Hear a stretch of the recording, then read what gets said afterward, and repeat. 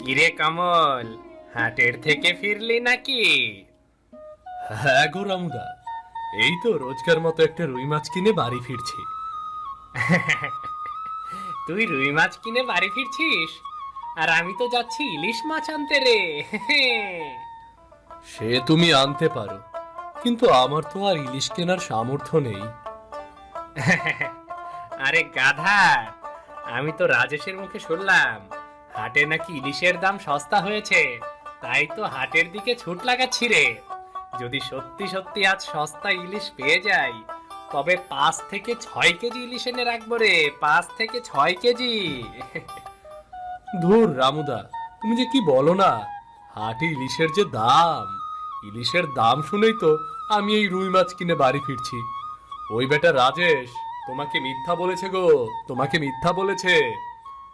হুম, হতে পারে রে কমল, বুঝলি তো, যদি কথাটা মিথ্যা হয়, তবে ও বেটা রাজেশকে একদিন না একদিন আহ, আচ্ছা যাই হোক, হাটটা তো আগে ঘুরে আসি, তাই না?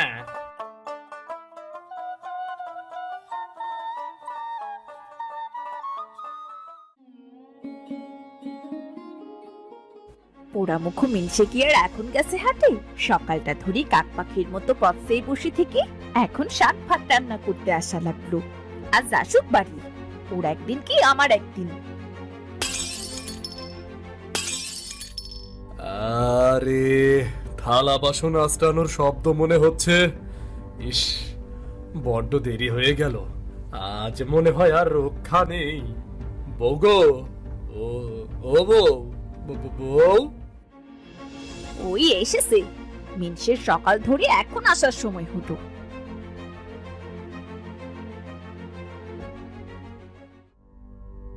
ও বউ, তুমি এখানে? আর তা আমি সেই কখন থেকে ডেকে চলছি। তা রান্না বসাচ্ছ মনে হচ্ছে, তাই না? না না না না, রান্না কেন বসাবো? তোমার জন্য তো পোলাও মাংস রান্না করে বসে থাকবো। বলি সেই কখন গেছো হাটে? একটু আস্তে কথা বলো বউ, আমি তো ভয় পাচ্ছি। হোমর সালা, তোমার আবার ভয় আছে নাকি? ভয় থাকলে টানা 4 ঘন্টা আমাকে বসিয়ে রাখতে নাকি? হ্যাঁ, তা দেখি দেখি এত সময় লাগিয়ে কি বাজার করবে? ইয়ে মানে বউ, ইলিশ মাছ কেনার সাধ্য কি আর আমার আছে বলো? ইলিশ মাছের দাম তো হাটে আগুন বললে চলে গো। এত কিছু জানি না বাপু, আমার শুধু ইলিশ মাছ চাই। এইসব কচুর মাছ খেয়ে খেয়ে মুখে আমার সাদলা পড়ে গেছে। আমি ইলিশ মাছই খাবো। ইলিশ মাছ? হ্যাঁ, ইলিশ মাছ। যার নুন আনতে পান্তা ফুরায় সে নাকি খাবে ইলিশ মাছ। এত টাকা কোথায় পাবো বউ বলো? আচ্ছা দাঁড়াও, আমি দেখছি লক্ষ্মীর ঘটে কত টাকা জমা হতো। দরকার হলে ওটা ভেঙে তুমি আমায় ইলিশ মাছ খাওয়াবে। আচ্ছা দাঁড়াও, আজ আর লক্ষ্মীর ঘট ভাঙতে হবে না। আজ বরং এই রুই মাছটা রান্না করো, কাল না হয় আমি তোমাকে ইলিশ মাছ এনে খাওয়াবো, বুঝলে? ঠিক বলছো তো? হ্যাঁ, একদম ঠিক বলছি। তোমার ইলিশ খাওয়াতে কাল আর কোনো পিছুপা হবে না গো বউ, একদমই পিছুপা হবে না। আচ্ছা ঠিক আছে, মনে থাকি যেন। যাও, ঘরে গিয়ে বিশ্রাম করো, আমি মাছটা ঝোল করে তোমাকে খেতে ডাকছি।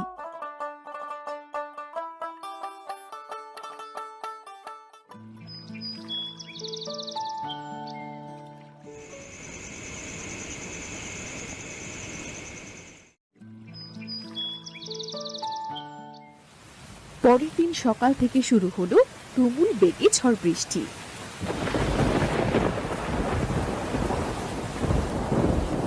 কমলাও সকাল না হতে কমলকে ঘুম থেকে ডাকতে শুরু করলো। কি গো, এখনো ঘুমিয়ে আছো যে? তা হাটে যাবে কখন? ওঠো না, এই শুনছো?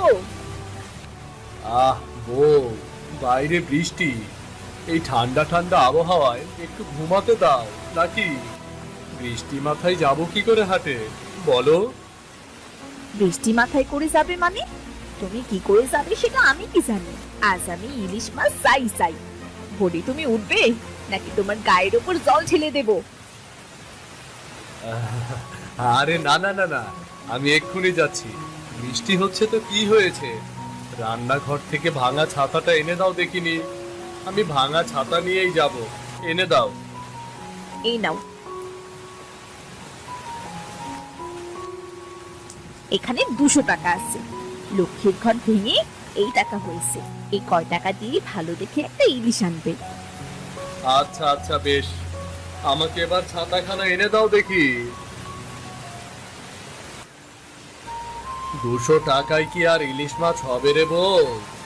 তবুও বউয়ের আবদার, মনে যখন চেয়েছে তখন আর কি করা। ইলিশ মাছ তো আনতেই হবে, না হলে যে আমার আজ রক্ষে নেই।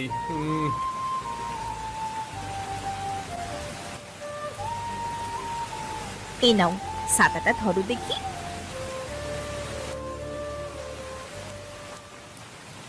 জলদি করে ফিরে এসো কিন্তু, কালকের মতো আবার হারিয়ে যেও না যেন। তুমি ফিরলে সর্ষে ইলিশ করে তবেই ভাত খাবো কিন্তু। আচ্ছা আচ্ছা বেশ বেশ, আজ আর একটু দেরি হবে না বউ। আমি এই যাব আর এই আসব, তাহলে এবার আসিব আমি।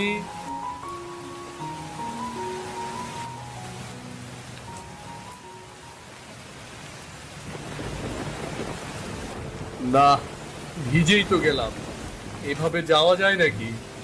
এবার ধানটা উঠলে ঘরে খাবার মতো ধান রেখে বাকি ধান বিক্রি করে আগে চলার মতো কিছু জিনিস কিনবো। তার ভেতরে একটা ছাতা, বৃষ্টির দিনে ছাতা ছাড়া বেরই হওয়া যায় না।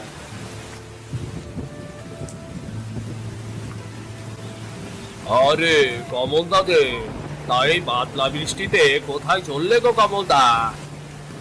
আর বলো না দাদা, হাটে যাচ্ছি, বউয়ের খুব ইলিশ খেতে ইচ্ছে হয়েছে গো, তাই তো ইলিশ কিনতে এই বাদলা বৃষ্টিতেও ছুটতে হচ্ছে গো।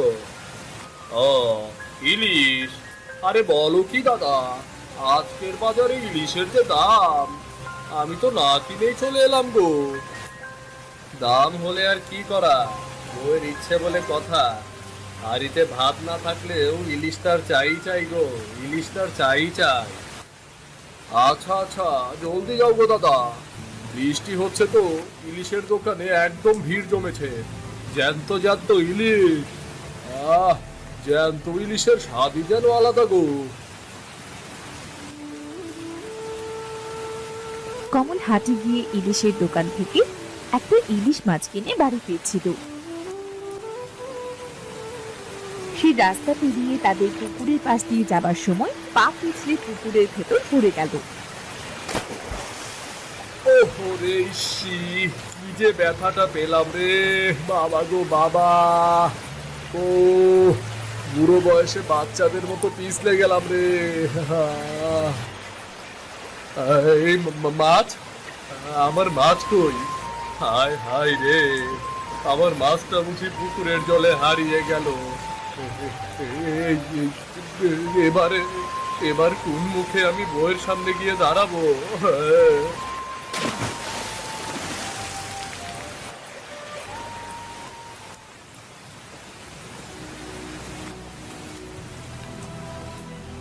এত বেলা হয়ে গেল, বৃষ্টি থেমে গিয়ে দুপুর হতে চলল, আর আজও লোকটার কোনো খবর নাই। কি ব্যাগ কেলে লোক রে বাবা, কোনো কাজই ঠিকভাবে করতে পারে না।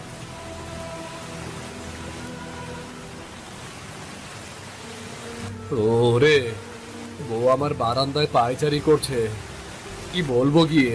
না, আর ভালো লাগে না। সত্যি বউ ঠিকই বলে, আমায় দিয়ে কোনো কাজ ঠিকভাবে হবেই না। কেন যে পুকুর পাড় দিয়ে সাবধানে এলাম না, কি যে হবে এবার।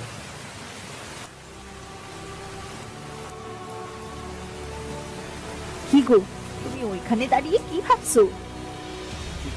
কিছু কিছু না বউ। কে কি অবস্থা তোমার? কোথায় পড়ে গিয়েছিলে? গায়ে কাদামাটি লেপটে আসি তো, আর মুখটা মুখটা অমন শুকনো কেন দেখাচ্ছে? না মানে ইয়ে মানে বলছিলাম যে, কি আমতা আমতা করছো? ভালোভাবে কথা বলো তো। মাছের জন্য সেই কখন ধরে বসে আছি, তা মাছটা কোথায়? বউ, পুকুর পাড় দিয়ে আসার সময় পা পিছলে আমাদের পুকুরে পড়ে যাই, মাছটি যে কখন হাত ফসকে জলে হারিয়ে গেল বুঝতেই পারিনি। ইস, এই কথা! তুমি যে বেঁচে ফিরেছো এইটাই তো বড়। এসো এসো, উপরে উঠে এসো। কত বড় মাছটা! এত দামের ইলিশ এভাবে হারিয়ে গেল। আমার যে কি খারাপ লাগছে বউ, কি যে খারাপ লাগছে। যা গেছে তো গেছে, তা তো আর ফিরে পাওয়া যাবে না। ওটা নিয়ে তুমি আফসোস করো না। সেটা কপালে নেই, সেটা নিয়ে আফসোস করেও কোনো লাভ নেই। টাকা গুছিয়ে তুমি না হয় আবার একটা ইলিশ কিনো। আচ্ছা ঠিক আছে বউ, কাজ করে টাকা গুছিয়ে আবার তোমাকে ইলিশ এনে খাওয়াবো। যেহেতু একটু ঠান্ডা ঠান্ডা, তুমি না হয় আজ দুপুরে খিচুড়ি রান্না করো। বৃষ্টির সময় খিচুড়ি কিন্তু দারুণ লাগে। আচ্ছা বেশ, আমি তাহলে রান্নাঘরে গেলাম।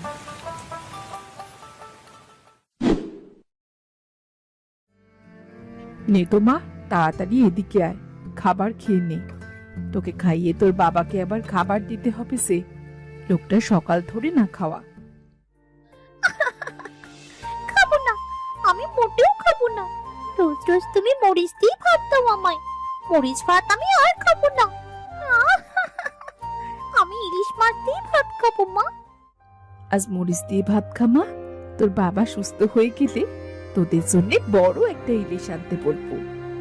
তুমি তো রোজই একই কথা বলো। কই, কখনো তো ইলিশ মাছ খেতে দাওনি। ইলিশ মাছ খেতে কেমন হয় সেটাও তো আমি জানি না।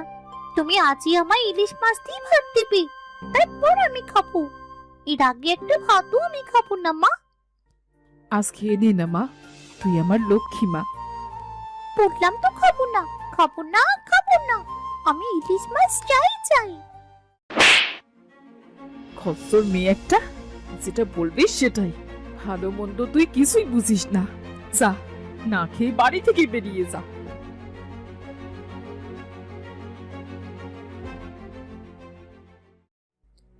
আহ রত্না, মেয়েটাকে এভাবে মারলে কেন? সে কখন থেকে দেখছি তুই মেয়েটার উপর বকাঝকা করছিস। আর বলো না দিদি, সারাক্ষণ মেয়েটা ইলিশ মাছ করতেই থাকে। এখন তুমিই বলো, আমাদের মতো গরিব মানুষ ইলিশ মাছ কোথায় পাবে? হ্যাঁ রে বোন, আমাদের মতো গরিব মানুষদের ইলিশ খাওয়ার স্বপ্ন দেখা আর আকাশে গরু নিয়ে চড়া একই কথা। মা ঋতু, আয় মা, আমাদের বাড়ি আজ রুই মাছের পেটি রান্না করেছি। আজ না হয় সেটা দিয়ে ভাত খাস। আমি ভাত খাবো না। মা সারাক্ষণ আমায় বকতেই থাকে। রাগ করেন না মা, রাগ করেন না। তোর চাচা আজ কাজ করে একটা বড় দেখে ইলিশ মাছ কিনে আনবে। তোর চাচা ইলিশ নিয়ে এলে আমি তোকে সেই ইলিশ দিয়ে ভাত খেতে দেব। এখন আয় তো, আমাদের বাড়ি খেতে আয়।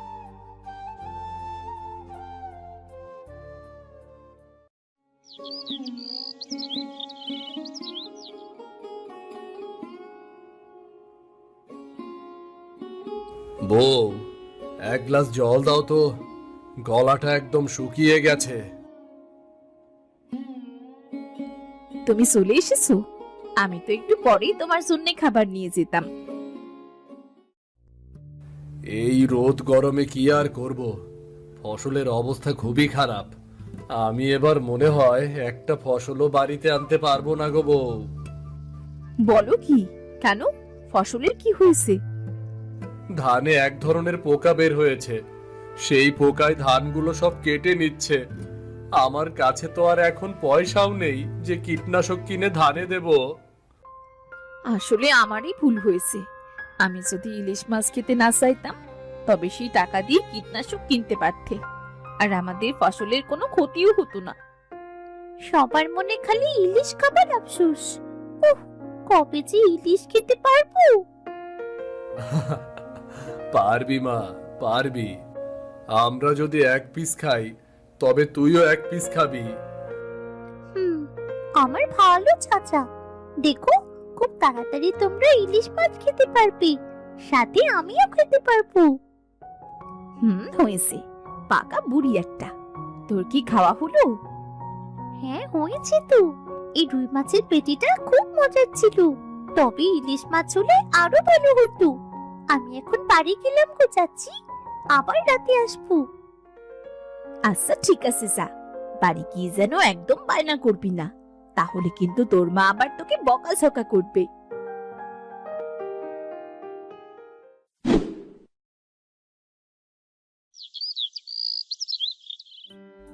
দেখতে দেখতে 5 মাস কেটে গেল। কমল তার একটা ফসলও মাঠ থেকে বাড়িতে আনতে পারল না। তার সংসারে বেশ অভাব দেখা দিল। অনেক জায়গায় কাজ খুঁজল কমল, কিন্তু সে কোথাও কাজের ব্যবস্থা করতে পারল না। একদিন সে হতাশ হয়ে হাট থেকে খালি হাতে বাড়ি ফিরে এলো।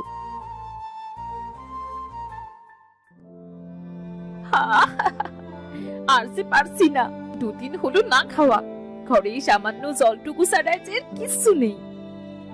এ কি বউ, তোমার কি হলো? বউ, কি হলো তোমার? কিচ্ছু নেই গো, এমনিতেই শরীরটা খুব ক্লান্ত লাগছে। তা তুমি আজও খালি হাতে ফিরলে বুঝি? হ্যাঁ, তা তো ফিরলাম, কোনো কাজ যে পাইনি। হাটে অনেকের সবজির দোকানে গেলাম, চালের দোকানে গেলাম, কিন্তু কেউ আমাকে বাকি সবজি আর চাল কিছুই দিল না। সবাই দূর দূর করে আমাকে তাড়িয়ে দিল বউ। হগু, আমাদের এই অভাবে সংসারে কি তবে আমরা না খেতে পেয়ে মরবো? এমন অবস্থায় কারো কাছে তো আমরা হাতও পাততে পারবো না।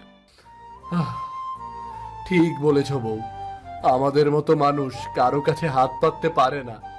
যদি আমার কাছে কিছু টাকা থাকতো, তবে আমাদের পুকুরটায় মাছ চাষ করতাম, তাও তো টুকটাক চলে যেত, তাই না? হ্যাঁ, তোমার সাথে একটা কথা বলতে ভুলে গেছি। আমাদের পুকুর ধারে যে সজনে গাছ আছে না, তাতে বেশ কিছু সজনে ধরেছে। চলো তো সজনে গুলো পেরে দিও, আজ না হয় সজনেই রান্না করব। আগে বলবে না? হাটে সজনের তো অনেক দাম। আগে বললে কিছু সজনে বিক্রি করে চাল কিনে আনতাম গো। বেশি তো হয়নি, 2-4টে, আমার তাও ঠিকভাবে মনে নেই। আসলে চিন্তা হতাশায় ইদানিং সবকিছু যেন কেমন ভুলে যাচ্ছি। চিন্তা করো না বউ, আমি না হয় কাল শহরে যাব কাজের জন্য, ঠিক একটা ব্যবস্থা হয়েই যাবে। চলো পুকুর পাড়ে একটা ঘুরাম দিয়ে আসি।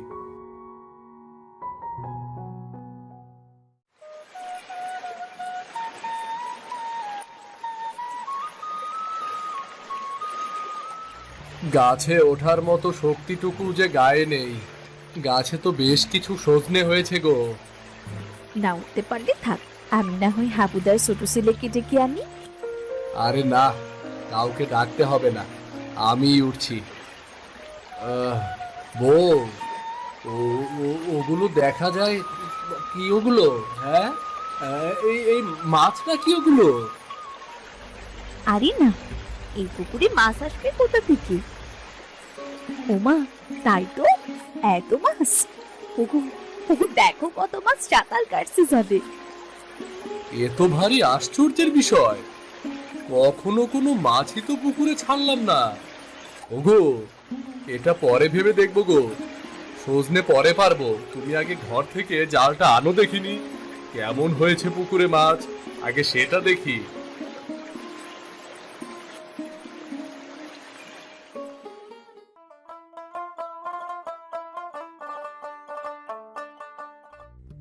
ইস, জালটা তো মনে হচ্ছে ইঁদুরে কেটে দিয়েছে। এতে মাছ উঠবে কি করে? যাই ওঠে উঠবে, আজকের মতো একটা মাছ হলেই হলো।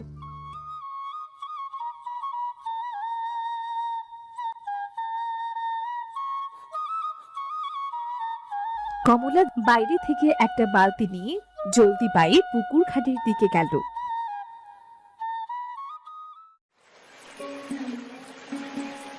চলে এসেছো, দাও দাও, তাড়াতাড়ি দাও। জালটা মনে হয় ইঁদুরে কেটেছে, এখানে একটা গিট দিয়ে নাও। কমল পুকুরে নেমে জালটি ফেলে আস্তে আস্তে টান দিতেই জালের ভেতর অনেকগুলো ইলিশ মাছ উঠল। ইলিশ মাছ! ইস মাছ!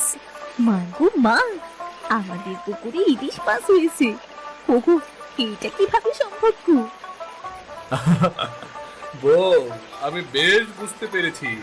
সেদিন যে ইলিশ মাছটি আমার হাত থেকে নদীতে পড়ে গিয়েছিল না, সেই মাছটির পেটে নিশ্চয়ই ডিম ছিল, যার কারণে এতগুলো ইলিশ হয়েছে আমাদের পুকুরে। সবই কপাল গো, বুঝলে, সবই কপাল। সৃষ্টিকর্তা দেখো আমাদের একটা না একটা ব্যবস্থা ঠিক করে দিল। হ্যাঁ গো বউ, হ্যাঁ, আমি সজনে পেরে দিচ্ছি, তুমি তাড়াতাড়ি সজনে দিয়ে ইলিশ মাছ রান্না করো। আহ, সজনে দিয়ে ইলিশ মাছ, সেই স্বাদ, সেই। হ্যাঁ গো হ্যাঁ, আমার এতদিনের ইচ্ছে ইলিশ খাবার। সৃষ্টিকর্তা একসাথে কতগুলো ইলিশ দিল, আর আমার ইচ্ছেটা কিভাবে পূরণ করলো বলো তো? হ্যাঁ গো বউ, হ্যাঁ, তুমি ইলিশ খেতে চেয়েছো আর সৃষ্টিকর্তা সেটা পূরণ করবে না, সেটা হয় নাকি বলো তো? তুমি রান্নাটা বসাও, আমি আরো কিছু মাছ মেরে হাটে বিক্রি করে ফেরার পথে চাল কিনে নিয়ে আসবো গো। আচ্ছা বেশ, এবার জলদি করে সজনে গুলো পেরে দাও। তাহলে এবার যাও। আর হ্যাঁ বউ, শোনো, আজ ঋতু সহ ঋতুর মা বাবাকে আমাদের বাড়িতে সজনে দিয়ে ইলিশ মাছ খাওয়ার নেমন্ত্রণ করে এসো কিন্তু। মেয়েটাকে যে বলেছিলাম ইলিশ খাওয়ানোর কথা। তুমি না বললেও আমি যেতাম বৌদের বাড়ি। তুমি জলদি করে হাট থেকে বেরো কিন্তু, হাট থেকে ফিরলে তবেই ভাত বসাবো।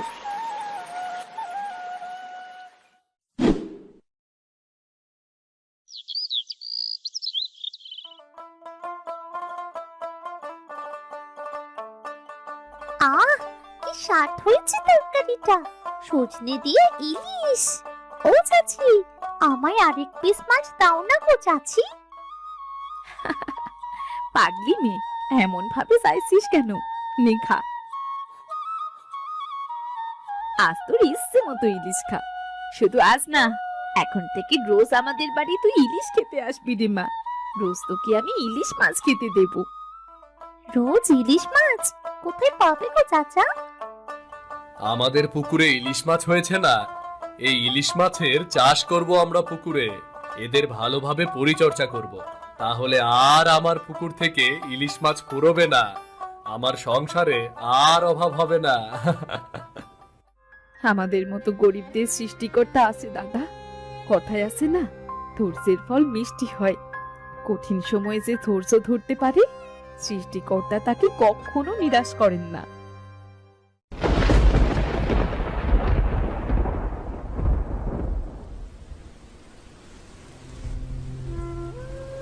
হবু কি করছোটা কি? এই ঝড়ে খেতে বসে মরবে নাকি? ফিরে এসো, এই বয়সে এমন বোকামি বানায় না। এই বৃষ্টিতেই তো ধান পাকবে, মিমির নতুন জামা কিনতে হবে না? জামা না কিনলেও চলে, তোমার প্রাণটা যে বড় দামি। বাপ না থাকলে জীবনে আর কিছুই থাকে না। প্রাণ থাকলে সব হবে। যাও, মিমিকে গরম ভাত খাওয়াও, আমাকে নিয়ে ভেবো না, সব করতে হবে। কাজ না করলে কেউ এসে দেখবে না। সব বুঝি গো, সব বুঝি। কাজ করতে হবে, ফসল ফলানোর জন্য কষ্টও করতে হবে, আবার টাকাও উপার্জন করতে হবে বেঁচে থাকতে হলে। সবই তো বোঝো, আমার সাথে সাথে তোমারও যে অনেক বয়স বেড়েছে, টের পেয়েছো কি? ভেবে দেখেছো কখনো? আর বয়স, এখন আর তো বয়স নেই। এখন শুধু তোমাকে নিয়ে চিন্তা করি। তুমি সুস্থ থাকলে আমি ভালো। সারাটা জীবন তো আমার জন্যই ভাবলে, এভাবে আমার জন্য নিজের জীবনের কোনো শখ আহ্লাদ পূরণ করলে না। আমি কিছুই করতে পারলাম না তোমার জন্য। সবসময় আক্ষেপ করলে ভালো লাগে না, বুঝলে? আমি কি তোমায় কিছু বলেছি? সারাক্ষণ শুধু বাজে কথা। দেখলে, বৃষ্টির তেজ আরো বাড়ছে। না, এবার আর থাকা যাচ্ছে না, এবার উঠে পড়তে হবে। তাড়াতাড়ি এসো, এত ঠান্ডা পানি, আবার না ঠান্ডা লেগে যায় তোমার।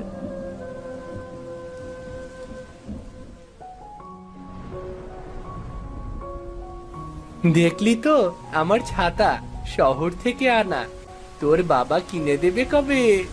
আমার বাবা তো শহর থেকে নিয়ে এসেছে। আমার বাবা বলেছে পরশু দিনেই দেবে।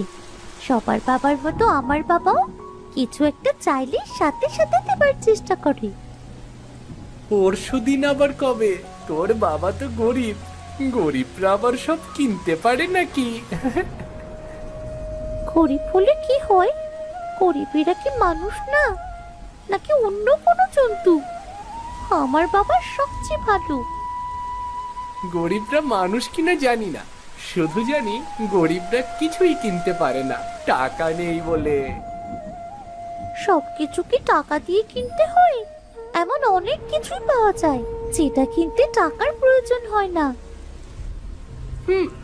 খালি আছে বড় বড় কথা, কোনো জিনিস কখনো কিনতে পারে না, শুধু কথার বুলি। আসছে। বাবা, তুমি একবারও কথা রাখো না, এবার রাখতেই হবে। আমাকে অনেকে অনেক কথা শোনায়, আমার জীবন কেন এত কষ্টের, কেন এত অপমানের বাবা।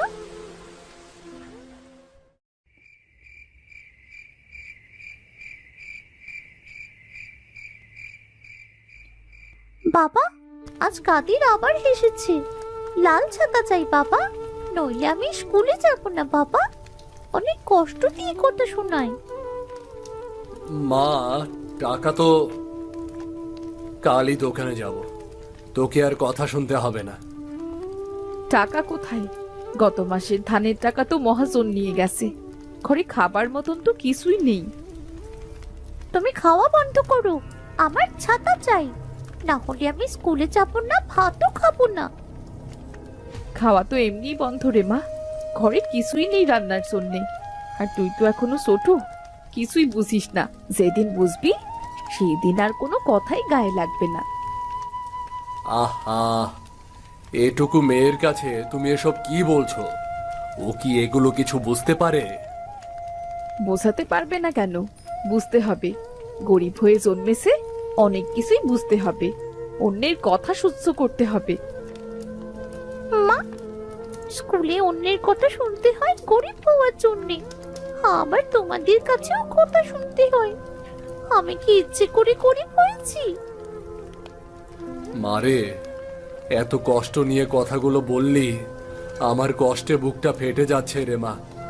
আমাদের কারো দোষ নেই, আমরা যে গরিব। যাদের টাকা আছে তারা গরিবের কষ্ট কিছুতেই বোঝে না। আমরা গরিব বলে আজ আমাদের এত কষ্ট।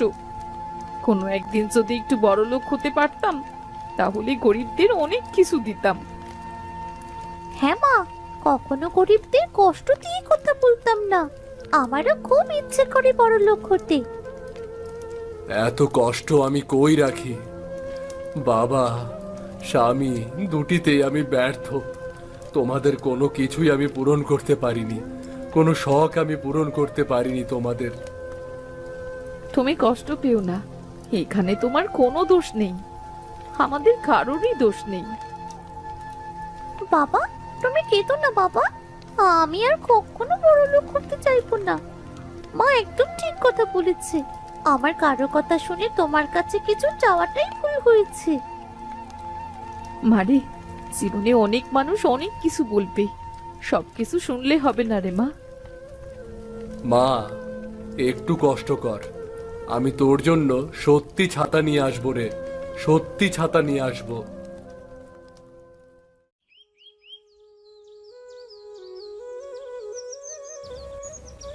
এই লালটা 300 টাকা, কিনবেন নাকি?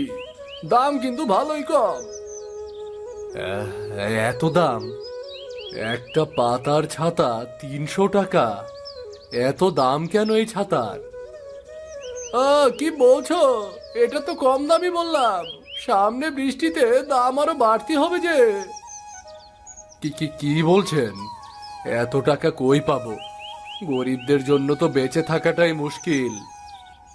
আরে করিম ভাই, তুমি ঋণ নাও, সুদ কম দেব, এছাড়া আর কোনো উপায় তো দেখি না। না না না না না, ঋণে ডুববো না, নিজেই উপায় বের করব। গরিব দেখে আজ সব কিছুতেই এত কষ্ট, সব মানুষের কথা শুনতে হয় আমার। তো খুবই মুশকিল দেখা যায়।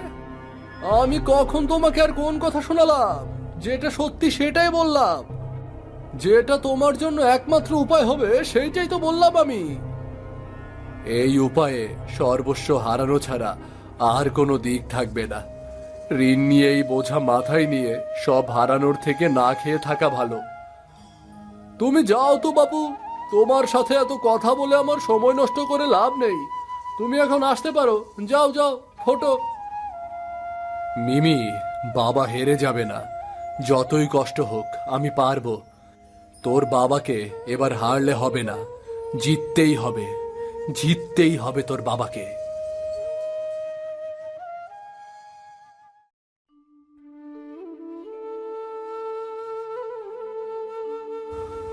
হয়তো তুমি আমাকে সাহায্য করবে। এই পাতাই তো মিমির ছাতা হতে পারে। ছোটবেলায় কত এই পাতা দিয়ে খেলতাম আমরা। বাতাসে কচু পাতা দুলছে, যেন সম্মতি জানাচ্ছে। প্রকৃতির ছাতা এবার আবার নতুন করে ব্যবহার করার জন্য।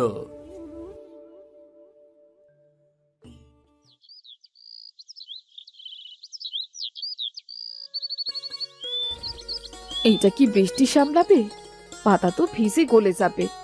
আর বৃষ্টির সময় যে দমকা হাওয়া বয়, সেটা কি এই পাতা সহ্য করতে পারবে? একবার চেষ্টা করলে ক্ষতি কি? দেখো, এই ফ্রেমে শক্ত করে বাঁধছি। আর হবে না কেন? প্রবল ইচ্ছা শক্তি থাকলে তো সব সম্ভব। আমরাও দেখি কিছু পারি কিনা। তুমি যদি রাজি হও, তবে আমি তোমায় সাহায্য করব। তুমি তো জানো, তোমার কাজে সাহায্য করতে পারলে আমার খুব ভালো লাগে। মনে হয় দুজনে একটা কাজ করলে সেইটা কিছু না কিছু নিশ্চয়ই হবে। এই জন্যই তো আমি সব কাজে তোমাকে ডাকি, কারণ আমি জানি তুমি আমার পাশে থাকলে আমি পারবই পারবো। এত বছর তোমাকে কিছু না দিতে পারলেও আমাদের মাঝে ভালোবাসার কোনো কমতি নেই গো। কি যে বলো না, ভালোবাসার কমতি নেই বলেই তো আমরা ভালো আছি। জীবনে সব থেকে বড় হচ্ছে মনের মিল। মনের মিল না থাকলে টাকা পয়সা দিয়েও কিছুই হয় না। সেটা তুমি ঠিক বলেছ। আমাদের জীবনে সবকিছুর অভাব থাকলেও ভালোবাসার অভাব ছিল না।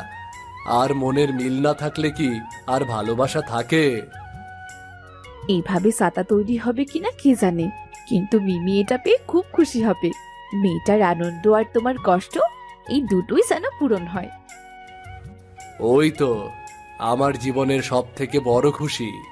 ছোটবেলা থেকে মেয়েটাকে কিছুই দিতে পারিনি। ছোট থেকে অন্যের খেলনা দেখে কান্না করত, কখনোই পারিনি কিছু দিতে। এখন এই ছাতাটা যদি বানিয়ে মুখে একটু হাসি ফোটাতে পারি, তাহলে খুব ভালো হয়। নিশ্চয়ই পারবে। কখনো কারো কষ্ট বিফলে যায় না। তুমি দেখো, তুমি ঠিক পারবে। দেখো, ব্যথা পেও না জানো, এমনিতে অনেক ঘেমে গিয়েছো। ও কিছু না, কিছু পেতে হলে একটু কষ্ট তো করতেই হবে, বলো। দেখো, মিমি খুব খুশি হবে এটা পেয়ে, খুবই খুশি হবে।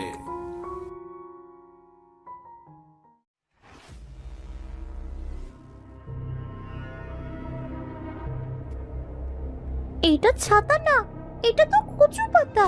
তুমি কখনো আমার কোনো কথাই শোনো না। কেন বাবা, তোমরা আমাকে এমন জিনিস দিয়ে কেন বোকা বানাও যেটা দেখে অন্য মানুষেরা হাসবে? মা, এই ছাতায় বাবার রাত জাগা পরিশ্রম লেগেছে, একবার ব্যবহার কর। আমি কাল সারা রাত বসে এটা বানিয়েছি, আর ভেবেছি তোর খুব পছন্দ হবে। না বাবা না, এটা দেখে সবাই হাসবে। এটা আমার একদম পছন্দ হয়নি। কি বললি তুই? তোর মন এত কালো, তুই একবারও নিজের বাবাকে কষ্ট দেবার আগে ভাবলি না? তোমরাও তো একবারও আমাকে কষ্ট দেবার আগে ভাবলে না যে এটা দেখে আমি খুশি হব কিনা। আমি তো সত্যিকারের ছাতা চেয়েছি, আর তোমরা কিনা আমায় খেলনার ছাতা বানিয়ে দিলে। রাবেয়া, থাক, ওকে ওর মতন থাকতে দাও। আমার শরীরটা খুব খারাপ লাগছে। কি বলছো কি তুমি? শরীর খারাপ? শরীর খারাপ কেন লাগছে?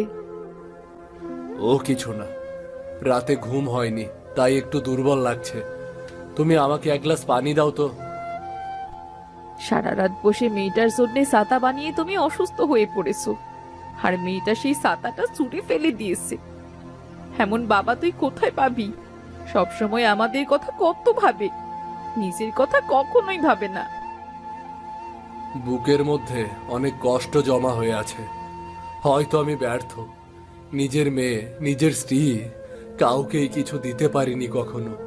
কিন্তু আমি হাল ছাড়বো না, আমি কিছুতেই হাল ছাড়বো না।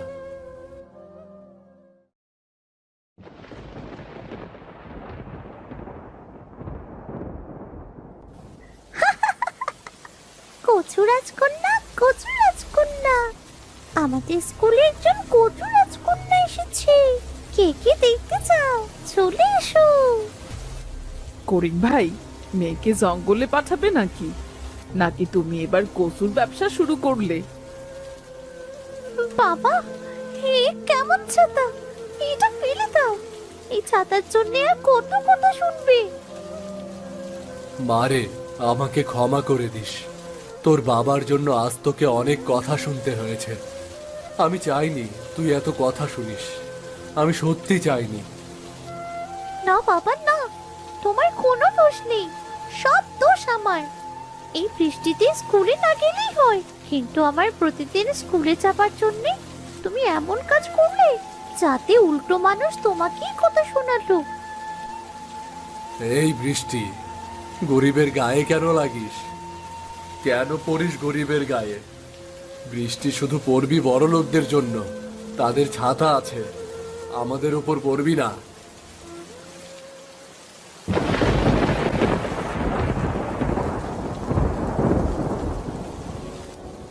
মিমি, এই ছাতা দেখে আমার ছোটবেলার কথা মনে পড়ে যায়। আমরা কলা গাছের ছাতা ব্যবহার করতাম। তখন আমাদের খুশি কেউ লাখ টাকা দিয়েও কিনতে পারবে না। কিন্তু সেটা তো ভালো না। এটা কেন ছাতা হলো? সবাই আজ আমাকে দেখে হাসাহাসি করেছে। আমি চাইনি যে আমার বাবা কষ্ট পাক। ভালো ছিল না কে বলেছে? এখনকার ছাতার থেকে 1000 গুণ বেশি প্রয়োজন ছিল তখন মানুষের। আর আমাদের কিন্তু অনেক স্মৃতি ছিল। এই ছাতাও একদিন স্মৃতি হবে। কিভাবে ভালো ছিল? তখন কি আপনারা আমাদের মতো ছাতা কিনতে পারতেন না? মারে, তুই এখনো অনেক ছোট, অনেক কিছুই বুঝিস না। যখন বড় হবি তখন অনেক কিছু বুঝতে পারবি রে মা। তোমাকে একটা গল্প শোনাই। তখন এখনকার মতন ছাতা এত ঘরে ঘরে ছিল না। 2-1 মানুষের ছাতা ছিল যারা বিদেশ থেকে নিয়ে এসেছে। তখন বৃষ্টি হলে মানুষের একমাত্র ভরসা ছিল এই কচু পাতা। কি বলেন দাদু? এই কচু পাতা তখন সবাই ব্যবহার করতো? এতে পানি গায়ে এসে পড়তো না?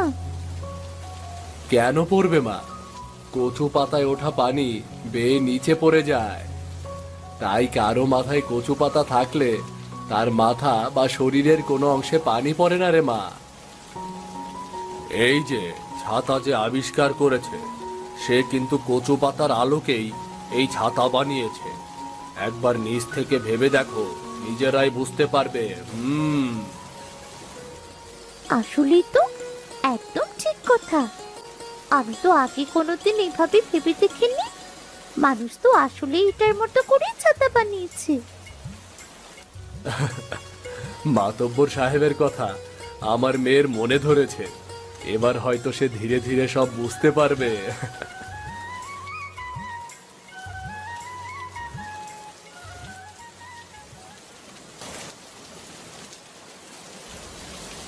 কি ঝড় শুরু হলো! আজ আমার কচু পাতার পরীক্ষা। দেখি তুই জিতিস না ছাতা জিতে চাই। তুই তো দেখছি কচু পাতার ছাতা মাথায় দিয়ে ঘুরে বেড়াচ্ছিস। তাহলে সত্যি তুই কচু রাজকন্যা। দেখি আজ এই ঝড়ে কার অস্তিত্ব টিকে থাকে। আমি তো সব সময় বেশি কথা বলি, আর টাকা ছাড়া তো কোনো কিছুই কেনা অসম্ভব। আমার কচু পাতা কিনতে তো টাকা লাগেনি। তোর ছাতাটা তো অনেক দামি। হ্যাঁ, একদম ঠিক ধরেছিস। আর আজ মনে হয় তোর এই কচু পাতার ছাতা উড়ে গিয়ে ভেসেই যাবে রে।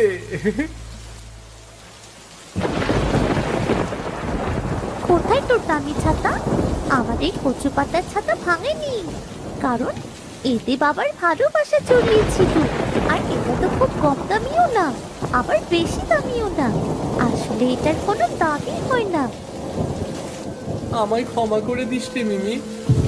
আমি আসলে অহংকারে অন্ধ হয়ে গিয়েছিলাম, ভুলেই গিয়েছিলাম অহংকার পতনের মূল।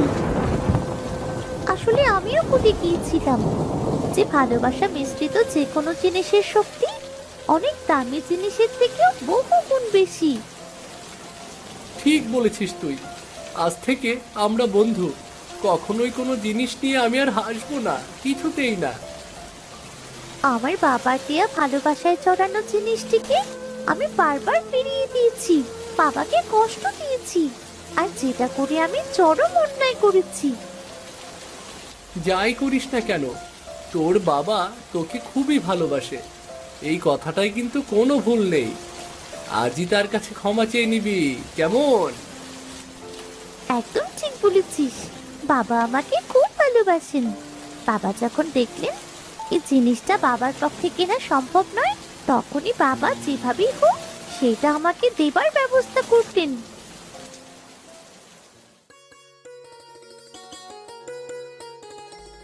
মা জানো আজ কাদেরের সাথে কি হয়েছে?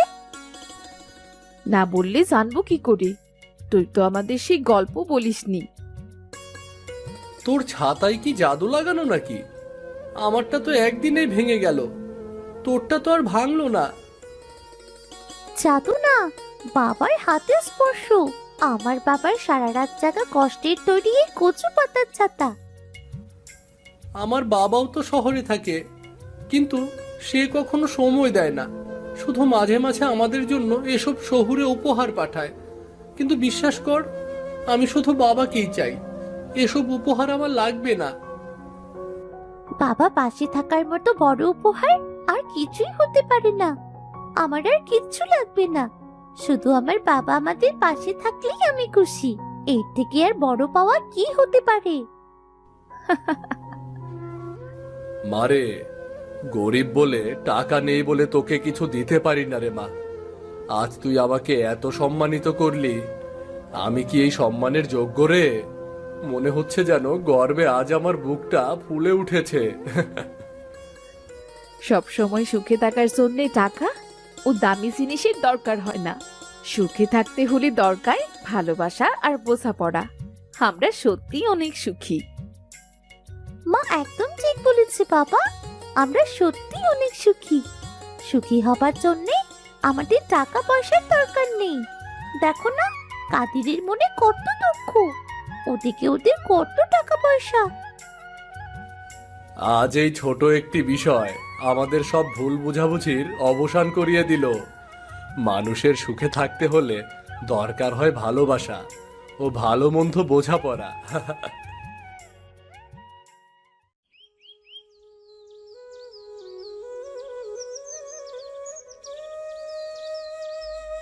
করিম ভাই, তুমি আমাদের শেখালে কিভাবে প্রকৃতিকে সম্বল করা যায়, আর কিভাবে টাকা না থাকলেও একটা জিনিসকে কাজে লাগানো যায়। এইবার বৃষ্টিতে আমাগর ভিজতে হইব না, আমরা এবার থেকে কচু পাতার ছাতা ব্যবহার করুম।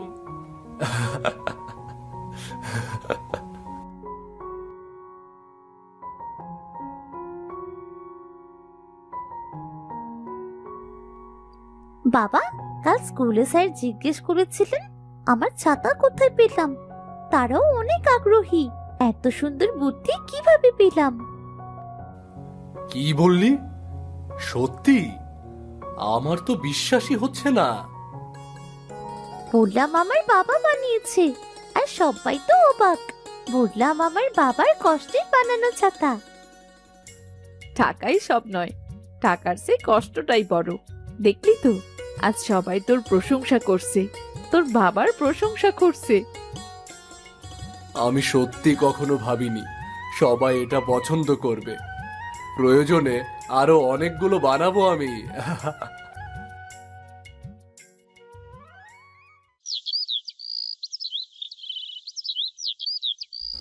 তুমি আমাদের অনেক বড় উপকার করলে, অনেক বড় উপকার করলে।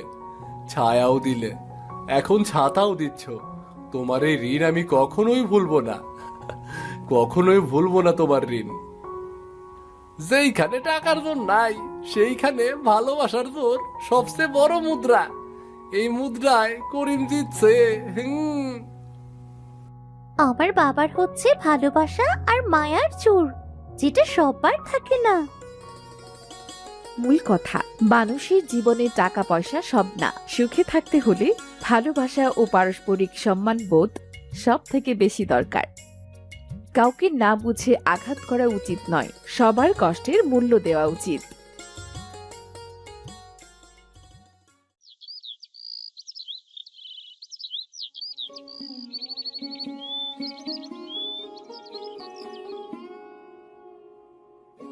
এ কি করিম ভাই, গম ক্ষেত তো শুকিয়ে গেল। বৃষ্টির এই সার কীটনাশক সব বৃথা। মনে হয় এই মাটি আর কিছুই দেবে না রে। ভাগ্য নয় ভাই, নতুন চিন্তা করো। মনে আছে ছেলেবেলায় বন্যার পর কচু দিয়েই তো বেঁচেছিলাম, মনে নেই তোমার?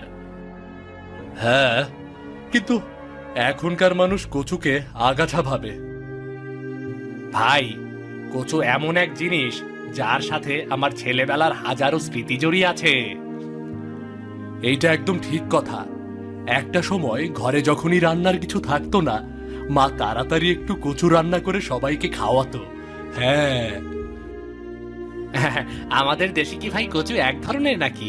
কম হলেও 10 থেকে 20 রকমের কচু আছে। এমনও কচু আছে যার নাম পর্যন্ত জানি না। আমার মনে আছে একটা সময় আব্বা আমার নানা বাড়ি দিয়ে এক ধরনের কচু এনেছিল, যেটা আম্মা মাংস দিয়ে রান্না করেছিল। ভাই, বিশ্বাস করেন, আমি আমার জীবনের শ্রেষ্ঠ খাবার ওই দিনই খেয়েছি। এক ধরনের কচু আছে যার নাম পঞ্চমুখী। মা এক সময় সেই কচু দিয়ে আমাদের 3-4 দিন পার করিয়েছিল। কখনো খেতে একদমই কষ্ট হয়নি। আর এখন অনেকে এই কচু চেনেও না। শহরের মানুষ তো এই কচুর কথা জানেও না। ভাই, তাহলে এক কাজ করলে কেমন হয়? আমরা কচু চাষ করি। খুব ভালো বুদ্ধি দিলেন তো। মাটির নিচে হবে, রোদের কোনো চিন্তাও থাকবে না। মানুষকে আবার নতুন করে চেনাতেও পারবো। বুদ্ধি কিন্তু মন্দ না। তুমি আর আমি মিলে একটু কষ্ট করে আবার সেই পুরনো দিনের খাবার ফিরিয়ে আনবো। আমরা একবার চেষ্টা করে দেখি।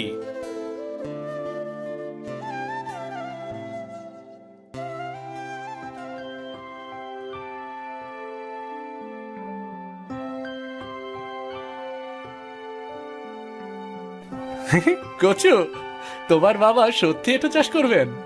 এটাও একটা চাষের বিষয়।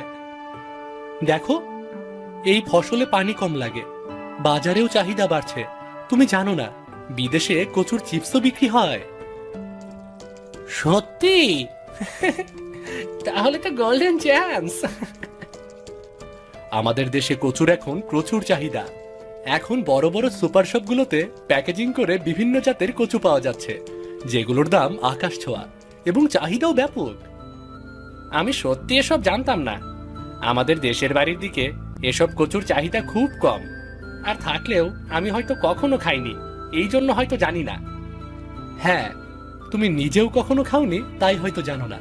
এমনকি কচুতে রয়েছে সব ধরনের ভিটামিনের উপাদান, যা আমাদের শরীরের অনেক চাহিদা পূরণ করে, অনেক ঘাটতি দূর করে। আমি যতই তোমার কথা শুনছি ততই অবাক হচ্ছি। আমার মনে হয় আমার জ্ঞান এ বিষয়ে একেবারে শূন্য ছিল। দেখো, সবাই তো সব বিষয় জানে না, আমার মাধ্যমে তুমি জানলে। তুমি আরো অবাক হবে এটা জেনে, পৃথিবীর প্রায় সব দেশে এখন কচু রপ্তানি হচ্ছে এবং এটার চাহিদা আকাশ ছোঁয়া। এবার আমি মনে প্রাণে চাচ্ছি তোমার বাবা যেন এ কাজে সফলতা অর্জন করতে পারে।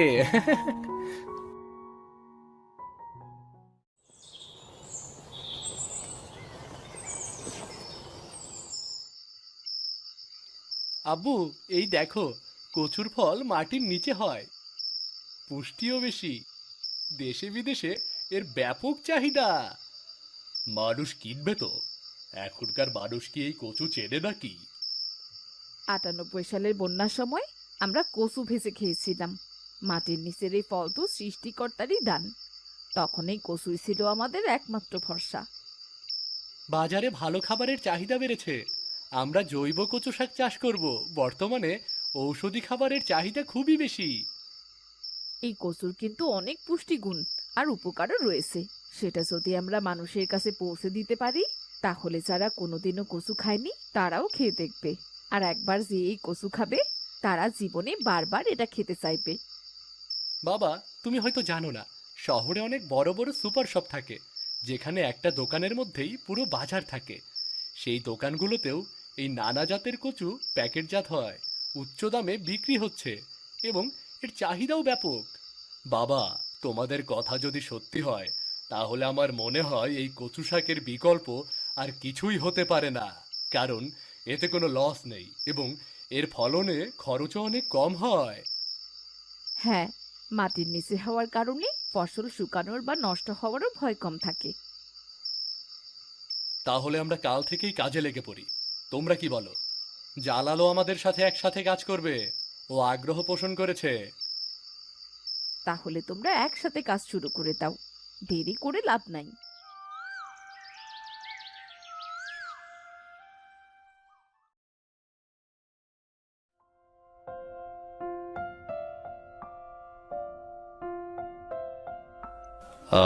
দেখুন, মাটিতে জৈব পদার্থের অভাব। কচু গাছে গোবর সার আর নিমের নির্যাস ব্যবহার করুন। বীজ মানে স্যার, আমরা সাধারণ মানুষ, এসব বুঝি না, আর আমরা এর আগে এর ফলন নিয়ে কাজও করিনি। মন দিয়ে শুনুন ভাই, আমি যেখানে কাজ করি, এদের এখানে কাজ করে কিছু একটা শিখেছি।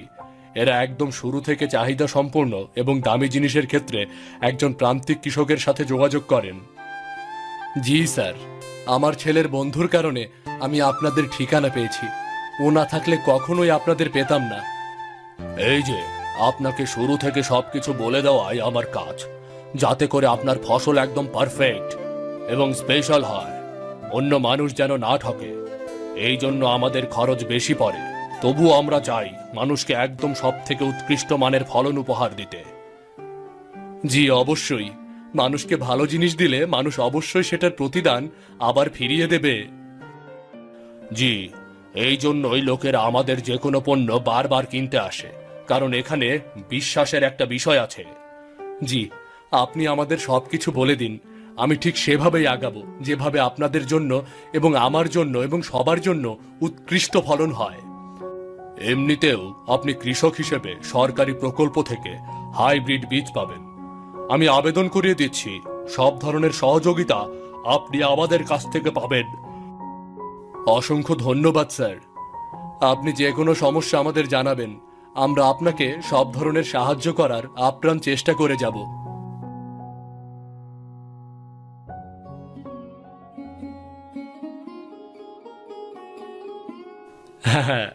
করিম মিয়া এখন কচু চাষি, বুদ্ধি পারছে নাকি? কি জালাল মিয়া, তোমার বন্ধু তোমারে ছাড়া একাই খেতে নাইমে গেল নাকি? আমি প্রায় মাসখানেক অসুস্থ হয়ে বিছানায়। সব ফসলের একটা সময় আছে, করিম তাই আমাকে ছাড়াই ক্ষেতের কাজ শুরু করে দিয়েছে। তোমারে আর সাথে নিব না। একবার মানুষ নিজের পথ খুঁজে পাইলে অন্য জনের লিগে বয়ে থাকে না। সেটা ওর ইচ্ছা, নিলে নেবে, না নিলে দরকার নেই। কচু তো সুগরের খাওন। ওই সব মানুষ খায় নাকি সাইফাস? করিম ভাই কখনো ফাঁকি দেয় না। দেখো, এইবার সফল হইব এবং আমাগো গ্রামের মুখ উজ্জ্বল করব। তাই জানি হয়, গ্রামের মুখ জানি উজ্জ্বল হয়, না হইলে করিমের মুখ আবার অন্ধকার হইয়া যাইব।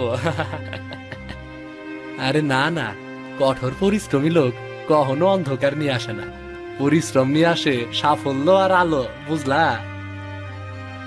তো জালাল ভাই, তুমি এইবার কি করবা? তোমারে তো আর কচু শাক চাষ করতে দেখলাম না। দেখি কপালে কি আছে, কপালে যা আছে তাই তো হবে, তাই না?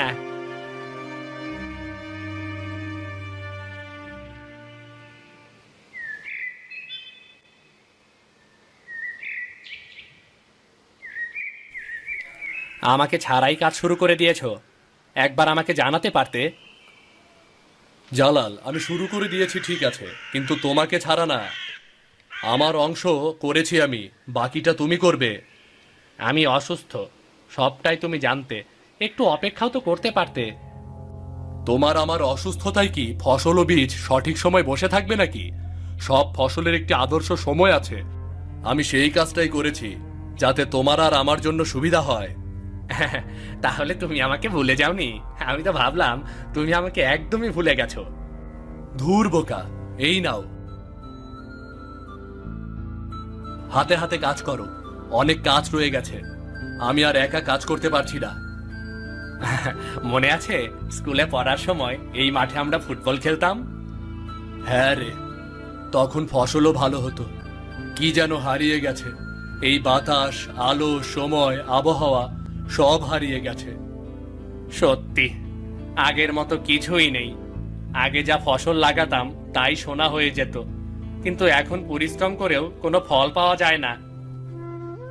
এটাই কথা, আগের সবকিছুর সাথে এখনকার কোনো কিছুর যেন কোনো মিল নেই। এবার ফিরে পাবি ভাই, কচুই আমাদের ইতিহাস লিখবে। আমরা আশার আলো জেলে থাকি, যেন আমাদের এই আলো কখনো নিভে না যায়।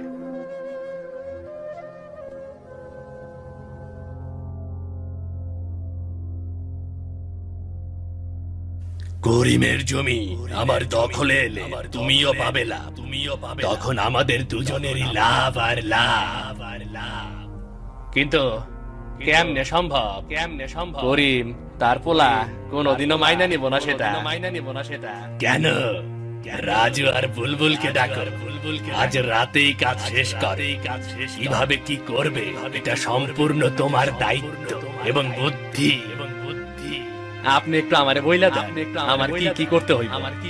ওই যে বললাম, করিমের জমিটা দখল করে আমাকে এনে দাও, তারপর নিজের অংশ বুঝে নাও, লাভ বুঝে নাও।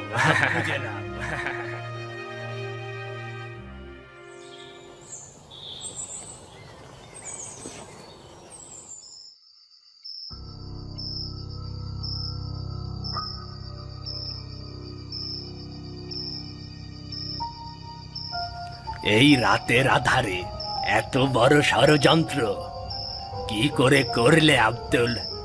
একবারের জন্য নিজের বিবেকে বাঁধলো না? না মানে আমি না মানে কি? কিভাবে একজন মানুষ হয়ে অন্যের সুখগুলোতে আগুন লাগিয়ে দিচ্ছ? অন্যের কথা না ভাবো, নিজের গ্রামের কথা তো একটিবার ভাবতে পারো। ওই সিকান্দার এইসব আমারে করতে কইছে, এই সব করলে লাভের অংশ আমারে বুঝাইয়া দেব কইছে। আমি লোভে পইরা রাজি হইছি।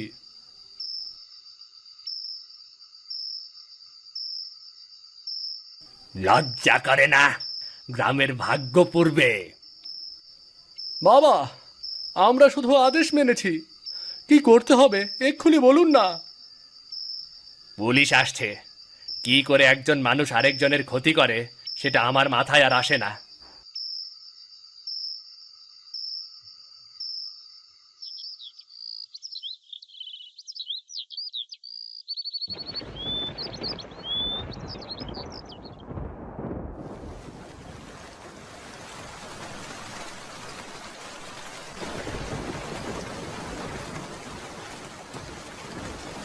এত কষ্ট করে লাগালে যদি নষ্ট হয়, কত আশা ভরসা করে আমাদের এই চারাগুলো এবার লাগানো হতো।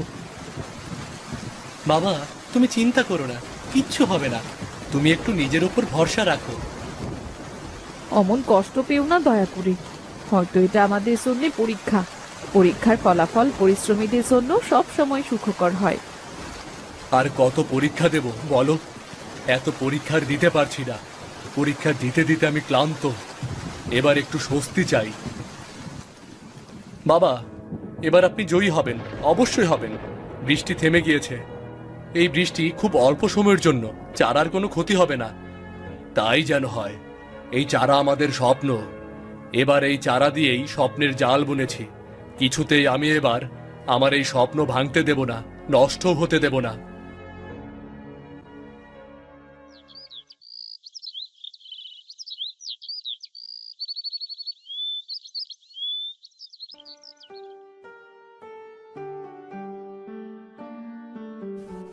দেখুন, ফসলের আকার ঠিক আছে। আরেক মাস পরেই বিক্রি করতে পারবেন। আমরা আপনাদের 50% ফসল নেব। অনেকের ফসল কম হয়, তাই তাদের সবটাই নিতে হয়। আপনার ফসলের মান ভালো এবং অনেক বেশি ফলন। 50% নিলে আমাদের অনেক হয়ে যাবে।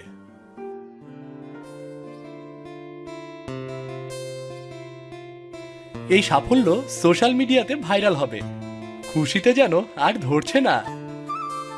বাবা, যত খুশি ভিডিও কর, এরপর তুই নিজেও ভিডিও বানাতে পারবি কিভাবে এই ফসলের পরিচর্যা ও প্রতিরক্ষা করতে হয়। তাহলে তুমি এক কাজ করো, জালাল ভাইকে খবর দিয়ে বিষয়টা জানাও। সেও কি তোমার সাথে বিক্রি করবে, না সে গ্রামেই রাখবে?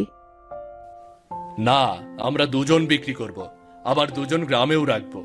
গ্রামের মানুষের অধিকার আছে এই কচু খাওয়ার, তাই আমরা গ্রামেও বিক্রি করব।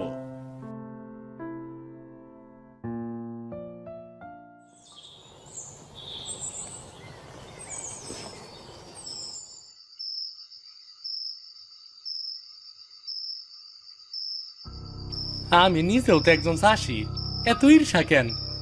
আমি নিজে যদি একজন ভালো চাষি হইয়া অন্যের ভালো ফলন না দেখতে পারি, তয় আমার নিজের ফলন কি কইরা ভালো হইব?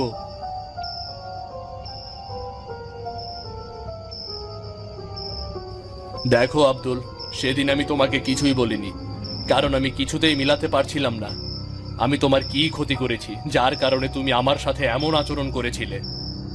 আমি সত্যি অনুতপ্ত। কেমনে আমি নিজে একজন মানুষ হয়ে আরেকজন মানুষের ক্ষতি করছি, আমি কিছুই বুঝতে পারতাছি না। তুমি শুধু আমাদের ক্ষতি করতে চাওনি, তুমি পুরো গ্রামের ক্ষতি করতে চেয়েছ। তোমার কোনো মাপ আছে কিনা তা আমার জানা নেই। না না না, এমনে করে কইবেন না।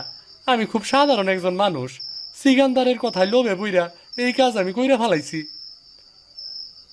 তোমার এই লোভ কি তুমি সামলাতে পারবে? সেই দিন হয়তো তুমি ধরা পড়ে গিয়েছ, কিন্তু সুযোগ পেলে তুমি যে আবারও আমাদের ক্ষতি করবে না, সেটা কি করে বিশ্বাস করি বলো তো? একদম ঠিক কথা বলেছ করিম ভাই। এই মানুষের বন্ধুরূপে শত্রু, মানুষের বন্ধুরূপে পাশে থেকে মানুষের ক্ষতি করে। তুমি জানো না, ও আমাকে তোমার বিরুদ্ধে নিয়ে যেতে চেয়েছিল। আহা, তোমরা বিশ্বাস করো, আমি সত্যি কইতাছি, আমি আর কোনোদিন কারো ক্ষতি করুম না।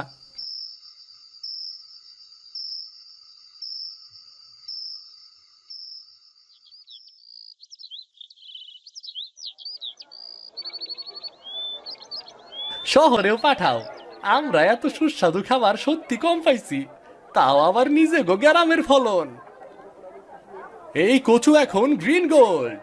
আমাদের এই কচু গ্রাম থেকে শহরেও যাচ্ছে, শহরের মানুষ আমাদের এক কচু খেয়ে আবারও চাচ্ছে। কিছুদিন আগে কয়েকজন লোক এসেছে বিদেশ থেকে এই কচুর রপ্তানি প্রসঙ্গে। আমি বলেছি আগামী বছর, এ বছর আমাদের গ্রামের মানুষ মন ভরে কচু শাক খাবে। আমরা আমাদের এই কচু চাষে এতটা সফলতা পাবো কখনোই আশা করিনি। আমাদের পাশে আমরা আমাদের গ্রামবাসীদের পেয়েছি। আমাদের আশপাশের সকলে ছিল বলে আজ আমরা এই সফলতার মুখ দেখতে পেরেছি। আর আমাদের এই ফলন গ্রাম ছেড়ে শহর, এরপর বিদেশেও রপ্তানি করার মতন যোগ্যতা অর্জন করেছে।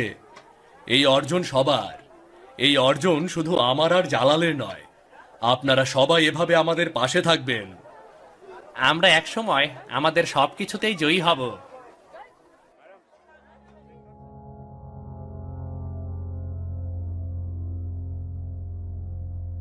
ক্ষমাই মহত্ব, কিন্তু আইন নিজের কাজ করুক, তাই না? আর সেদিন যেহেতু পুলিশ সিকান্দারকে ধরে নিয়ে গেল, তারাই এই ব্যাপারটা বুঝুক না। না না, আমি কিছুতেই সিকান্দারকে পুলিশের কাছ থেকে বের হতে দেব না। ও শুধু আমার জন্য নয়, পুরো গ্রামবাসীর জন্য একটা হুমকি স্বরূপ। একদম ঠিক বলেছ। ওর দলবল আমাদের অনেক ক্ষতি করতে চায় এবং মানুষের সম্পদ দখল করে নিতে চায়। কত মানুষ যে ওর জন্য নিঃস্ব হয়ে গেল তার কোনো হিসাব নেই। মোখলেস ভাই, তোমাকে অনেক ধন্যবাদ। তুমি না থাকলে সেদিন আমাদের এই কষ্টটা জ্বলে পুড়ে ছারখার হয়ে যেত। না না, কি বলো করিম, এটা আমার দায়িত্ব, কর্তব্য। আমরা সবাই ভাই ভাই, আমাদের এই বন্ধন সবসময় অটুট থাকুক।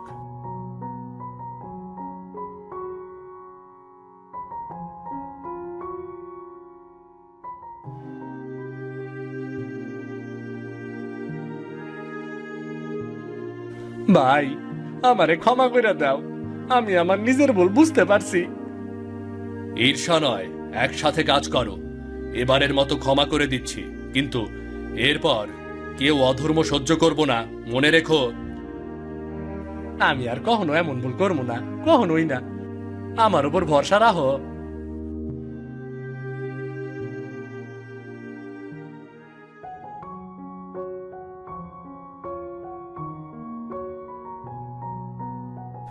দেখো, মাটির নিচেই লুকিয়েছিল আমাদের ভবিষ্যৎ।